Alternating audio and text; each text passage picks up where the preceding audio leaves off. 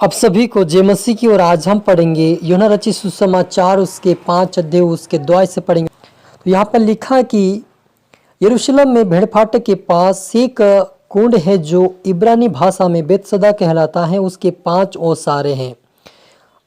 इनमें बहुत से बीमार, अंधे, लंगड़े और सूखे अंग वाले पानी के हिलने की आशा में पड़े रहते थे, ताकि क्योंकि नियुक्त समय पर परमेश्वर के स्वर्गदूत कुंड में उतरकर पानी हिलाया करते थे। पानी हिलते ही जो कोई पहले उतरता था वह चंगा हो जाता था, चाहे उसकी कोई सी बीमारी क्यों ना हो। हालेलुया। मिलकर प्रार्थना करें। धन्यवाद पिता परमेश्वर, प्यार प्रभु जी, आज के वचन, आज के कलाम से मेरे पिता आप हर एक से बातचीत कर प्रभु। जो भी आपके बड़े बेटे देखे सुने प्रभु आज का वचन, उनके जुर्म में प्रभु जी ला इलाज बीमारी क्यों ना हो पिता, जिसका इलाज नहीं मिल रहा प्रभु, लेकिन आज इस वचन को सुने और प्रार्थना को सुनने के साथ सारी बीमारी जड़ से खत्म होने के लिए घोषणा करते मेरे पिता। जो भी सुने पिता वो आशीष पाए, चंगाई पाए, बरकत पाए, आपके नाम को चौठाए और गवाह साक्षी मदद सहायता कर प्रभु जी। पवित्र आत्मा जी आप मेरे मुख से होकर बोले मदद सहायता करें। सबको तेरा आत्मा सौंपते हुए ये प्रार्थना दुआ यीशु तेरे मीठा मधुर नाम से मांगते हैं, आमीन। तो मेरे जी जो हमने यहाँ पर पढ़ा यूहन्ना रचित सुसमाचार उसके 5 अध्याय उसकी 2 से पढ़ा। यरूशलेम के भेड़ फाटक के पास एक कुंड है जो इब्रानी भाषा में बेतहसदा कहलाता है। उसके 5 ओसारे हैं। इनमें बहुत से बीमार और अंधे, लंगड़े और सूखे अंगे वाले पानी के हिलने की आशा में पड़े रहते थे, क्योंकि नियुक्त समय पर परमेश्वर के स्वर्गदूत कुंड में उतरकर पानी को हिलाया करते थे। पानी हिलते ही जो कोई पहले उतरता वह चंगा हो जाता था, चाहे उसकी कोई सी बीमारी क्यों ना हो। लेकिन वहां पर एक मनुष्य था जो 38 वर्ष से बीमार में पड़ा था।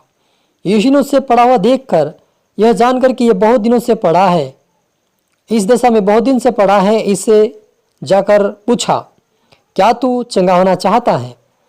उस बीमार ने यीशु को उत्तर दिया, हे प्रभु, मेरे पास कोई मनुष्य नहीं कि जब पानी हिलाया जाए तो मुझे कुंड में उतारे, परंतु मेरे पहुँचते पहुँचते दूसरा मुझसे पहले उतर जाता है और चंगा होकर चला जाता है। हालेलुया। मेरे जी जो हमने यहाँ पर पढ़ा कि एक 38 साल का बीमार है और उस बीमार ने क्या किया, उसके परिवार वालों ने क्या किया कि वो सालों साल से बीमार होने लगा। तब उन्होंने क्या किया कि यरूशलेम में भेड़ फाटक के पास एक कुंड था जो बेतसदा कहलाता है ना, और उस इब्रानी भाषा में बेतसदा कहलाता है, और उसके 5 ओसारे हैं और वह कुंड है। और उस कुंड में परमेश्वर जब अपने दूतों को भेजता था तो वह जब पानी हिलाते थे, और जब पानी हिलाकर जैसे स्वर्गदूत निकलते थे, उसी क्षण जो व्यक्ति चाहे बीमारी में हो, चाहे समस्या में तकलीफ में हो, चाहे कैंसर हो, चाहे टीबी हो, चाहे ट्यूमर हो, चाहे पथरी हो, चाहे अपेंडी हो, चाहे जैसे बीमारी हो, जैसे उतरता उस पानी के अंदर उसी क्षण में चंगा होकर चला जाता था। लेकिन इस व्यक्ति के पास कोई सहारा नहीं था। ये भी उसी आश्रम में पड़ा हुआ था 1 साल, 2 साल, 3 साल, 5 साल, 10 साल, 15 साल, 20 साल, यानी करते करते उसको 30 ईयर यानी कि 38 साल हो चुके हैं। लेकिन उसके अंदर एक आशा है कि मैं यहाँ से अपनी चंगाई को लेकर के जाऊँगा, क्योंकि इसके परिवार, इसके कुटुंब, इसके रिश्तेदार इसे छोड़कर चले गए। क्यों चले गए? क्योंकि यह बीमार था और इसकी ऐसी बीमारी है कि इसका इलाज होना मुश्किल है। अगर इसका इलाज डॉक्टर के पास हो जाता तो शायद ये इस जगह पे 38 साल के लिए पड़ा नहीं रहता। शायद ये चंगा कब से हो जाता, जब उसका इलाज होता। लेकिन कहीं ना कहीं इसकी ऐसी बीमारी थी जिसका इलाज होना नामुमकिन था, और वो काम केवल परमेश्वर ही कर सकता था। और हम देखते हैं कि नामान कोढ़ी था। नामान का ऐसा कोढ़ था जो एक राजा के दरबार में खड़ा होने वाला एक बड़ा सैनिक था, लेकिन उसका कोढ़ होने के कारण उसकी निंदा भी की जाती थी। और उसे पता चला, और जब वे परमेश्वर के दास के पास गया और उसको कहा कि 5 बार डुबकी मार ले समुद्र के नदी के अंदर, और वे नदियों में डुबकी मारा, वो अच्छा हो गया। तो क्योंकि मेरा जो उस समय क्या होता था कि परमेश्वर के जो पवित्र दूत होते थे वो परमेश्वर रूबरू उनको भेजता था, और पानी हिलाया करते थे तब जूस, और 12 महीने में एक बार हिलाते थे, और जो कोई नहाता था वह चंगा होकर चला जाता था। तो उसी आशा में ये व्यक्ति भी पड़ा है, लेकिन इसे कोई सहारा देने वाला नहीं है। जब यीशु मसीह ने इससे देखा, दृष्टि किया कि ये बहुत दिनों से पड़ा, क्योंकि यीशु मसीह भविष्यवक्ता था, जान लिया कि ये बहुत दिनों से पड़ा है। उससे पूछा कि तू यहाँ पर क्यों है, मैं तेरे लिए क्या कर सकता हूँ।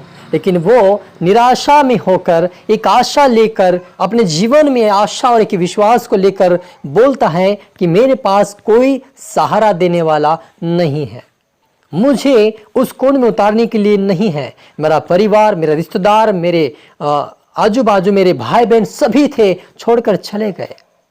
हालेलुया। लेकिन यीशु मसीह उसको देखकर तरस खाया कि ये 38 साल से पड़ा है। मेरा जीजो, आप और मैं यदि कम से कम अगर 5 साल भी अगर कोई बीमार हो जाए तो लोग परेशान हो जाते हैं। उसकी परवरिश करके, उसको खाना खिला के, उसको नहला के धुला के फिर सोचते कि ये मर जाए। उसी क्षण उसी प्रकार से इस व्यक्ति का भी हाल था कि ये मर जाए, यहाँ छोड़कर चले जाए। उनकी परिवार की जो आशा थी उसके प्रति हट चुकी थी, ये मर जाएगा, छोड़ के चले जाते। हो सके वो पानी में, दोपहर में, धूप में, ठंड में कैसी कैसी उसके जीवन में बीती होगी, ये वही जानता था। लेकिन यीशु मसीह भी उसके मन को जाना और उससे पूछा और कहा, उस व्यक्ति ने कहा कि मेरा कोई सहारा नहीं है। लेकिन यीशु ने कहा तू क्या चाहता है? वो बोला कि मैं चंगा होना चाहता हूँ।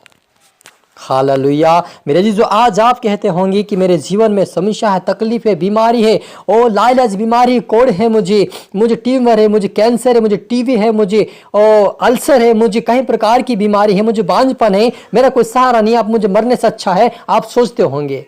लेकिन आप एक बार यीशु मसीह के पास जाइए, प्रभु यीशु मसीह के नाम से आपको छुटकारा मिलेगा। आप एक बार इस वचन को दोबारा सुने, आपके जन्म छुटकारा मिलेगा।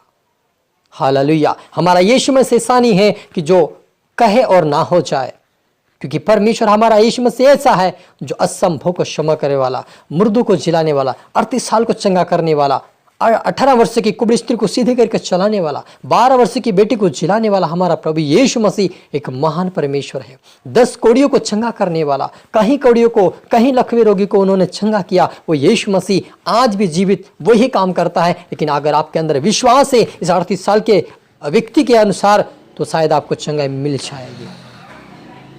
हालेलुया। आपको चंगा जरूर मिलेगा। विश्वास करें, प्रार्थना कर, सुने, अपने जीवन में रिश्यू एक्सेप्ट यानी उसको ध्यान से सुने और इसको रिश्यू करें, प्रभु आपको चंगाई देगा।